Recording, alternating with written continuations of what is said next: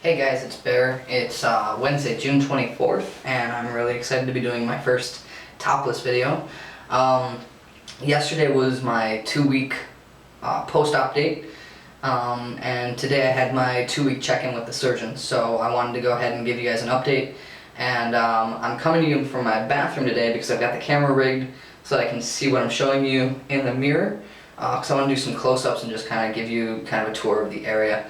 So as far as just a general update, everything is healing very normally, healing really well. The incisions look really good. The areola and nipple areas are looking really good, looking really healthy.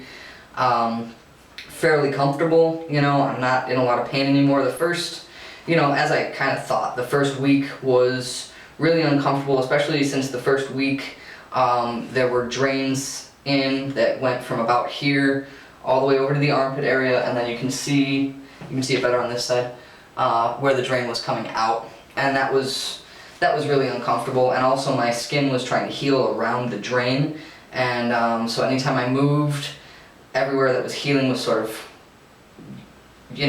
getting re-injured. So as soon as those came out, my comfort level increased like 100%. I stopped taking the really heavy narcotics a couple days after that. They did switch me from the Norco to Tramadol the day I got the drains removed, but I've hardly needed it. I take it kind of at the end of the night, after I've been active all day and the area is getting a little bit tender. But for the most part, I'm just kind of controlling the pain with Advil. People have asked, the most common question I've had has been about pain. And then, following that has been just about, does it itch? The area itself doesn't really itch. I don't know if it's going to start itching or if I've just kind of lucked out as far as that goes. Itchiness,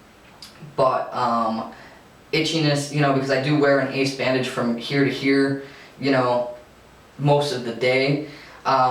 It itches just from the bandage being on and the bandage being irritating. So my back itches like crazy. And I'm kind of constantly running around either, rubbing on, corners and asking people to scratch my back. So yeah, that's been the most common questions, has been, how long the major pain was and does it itch. Other questions that I've had have been, how long until you can start being active again. The incisions are really delicate for the first 3 weeks. So he was actually saying that you can damage the incisions up to 3 weeks. He said they can actually come open and need, major repairs. So you have to be really careful for the first 3 weeks. That's been probably the most difficult part, has been, being able to ask for help. You can't reach above your head at this point. The first week you can't reach higher than your shoulder. So reaching for things, carrying things, I can't carry more than 10 pounds, and I can't do any upper body exercise yet. In fact, he really doesn't want me doing any upper body exercise until like 5 to 6 weeks, and then no contact as far as like martial arts and stuff until actually 8 weeks. So at 6 weeks I can start to work out again. At 8 weeks I can start to actually really join in and participate in class and stuff. Checking out my notes real quick. Yeah, so at this point, I can shower. I can start showering a week ago. No direct water pressure on the areolas because they have scabs that need to come off, which I'll talk about in a minute. I'll show you in a minute. But I can wash it and let the water kind of run over the area from the back, but no direct water pressure. And then, as far as contact, it's actually probably about, I'd say 50% numb still. All around here, and then 50% it feels bruised, so there's some bruising and stuff in the area, but the sensation is really odd, and that'll come back as it heals, over the next couple weeks and then the next couple months. Sensations in the nipples is different for everybody. We have to see, but it comes back over the course of like years. Right now I can feel it. But again, it feels mostly numb, light sensation, Will it ever feel erogenous or ever act like, a regular nipple, it's questionable, you know, so we'll find out. So yeah, I'm going to show you the area because I've had a lot of just interest in it. You know, this area under here, you can actually see the bruising now a little bit better than you could a week ago when the bandages first came off. You can see it's kind of that yellowish bruising above the incision and below. Feels like a healing bruise. I can put a fair amount of pressure, so it's not that tender, you know. Again, here I can put a fair amount of pressure, and I can press on the incisions, you know, and they're not horribly painful, and that's good. You know, that means they're healthy. Then you've got the areola areas. So basically what happens is they take, you know, during the operation, they take basically like a cookie cutter and they cut out a circular portion of your areola and the nipple, and they remove it, you know, and they put it on ice for, you know, however long it takes to do the rest of the operation, where they take the breast off and they take this tissue and flatten it down.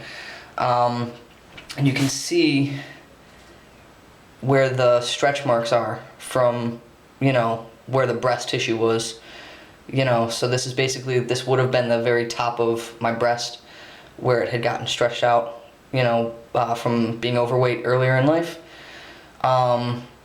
So, you know, as they're doing the rest of the operation, where they're taking the breast tissue out and doing all the liposuction that happened, the areolas are basically sitting on ice. And because of that, because of being removed from the blood flow and its life source, the outer layer of tissue actually dies. And that's why it's got this scabbing look, you know. So this is actually really, really healthy. The fact that the scabs have come most of the way off in the last week is actually really, really good. And you can see that the underlying tissue is pink and healthy. So the right one's a little bit behind as far as healing goes, a little bit more activity as far as, like, you know, fluid, basically pus, but again, very, very healthy. Nothing's looking infected in any way. So that's my experience as far as you know, the last couple of weeks of having top surgery and healing from it. The incisions look really good. You know, they're mostly even. There's no dog earring going on right here at this point.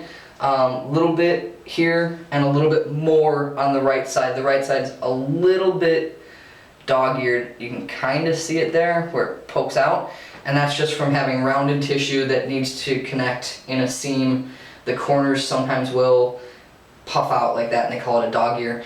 It's very, very small. It's settled a lot in the last week since I got the bandages taken off, and the chances are that it will continue to settle and flatten, and hopefully will not need a revision.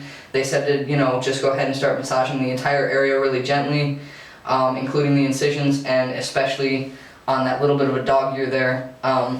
Massage brings in blood flow to the area, which increases your healing. So it's, you know, this is the point where I can start to really touch it a little bit more and massage it. So yeah, that's been my experience. Everything's happening as it's supposed to. Everything feels good, everything looks good. I'm really happy with it. And you know, thanks for your continued, you know, support, well wishes, and for asking questions about it. So let me know if you want to know anything more, and I'll continue to give you updates as far as everything goes. Thanks, guys.